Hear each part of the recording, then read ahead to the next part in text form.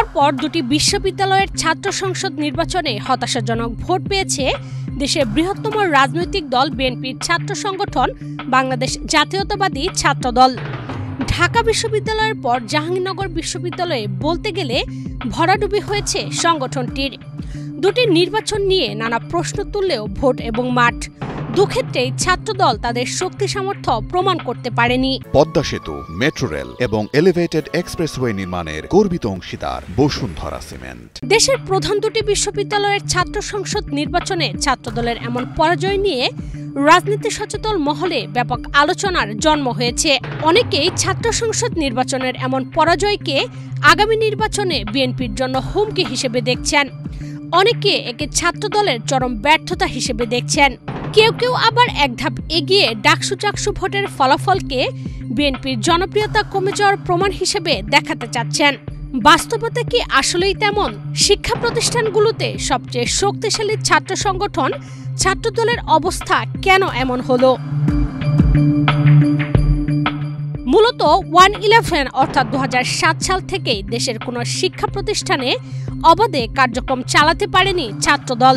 বিশেষ করে 2009 সাল থেকে সর্বত্রই হামলা নির্যাতনের শিকার হয়েছে সংগঠনটির নেতাকর্মীরা। হলে অবস্থান দূরের কথা, ঢাকা বিশ্ববিদ্যালয়ের ক্লাস কিংবা পরীক্ষার হলে গিয়েও নির্যাতনের শিকার হয়েছেন ছাত্রদল কর্মীরা।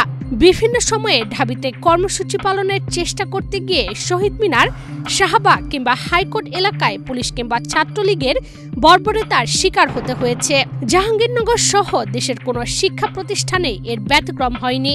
গোপনে কার্যক্রম পরিচালনার সাংগঠনিক কাঠামো এবং চর্চা না থাকায় টানা 17 বছর শিক্ষা প্রতিষ্ঠান থেকে বিচ্ছিন্ন থাকতে বাধ্য হয়েছে ছাত্রদল। বর্তমান শিক্ষার্থীদের বেশিরভাগই ছাত্রদলের কার্যক্রমের সঙ্গে পরিচিত নন।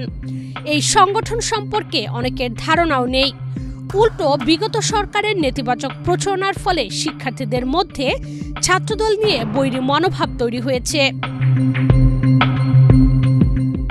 বিগত 15 বছরে ছাত্রলীগের কর্মকাণ্ড সার্বিকভাবে দলীয় ছাত্র রাজনীতির প্রতি শিক্ষার্থীদের মনোভাবকে বিষিয়ে তুলেছে।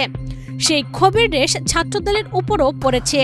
24 জুলাই আগস্টের আন্দোলনকে চূড়ান্ত পরিণতির দিকে নিয়ে যেতে ব্যাপক ভূমিকা রাখলেও ছাত্রদল নেতাকর্মীরা সেই সময় নিজেদের সাংগঠনিক পরিচয়কে সাধারণ শিক্ষার্থীদের মধ্যে প্রতিষ্ঠিত করতে পারেননি।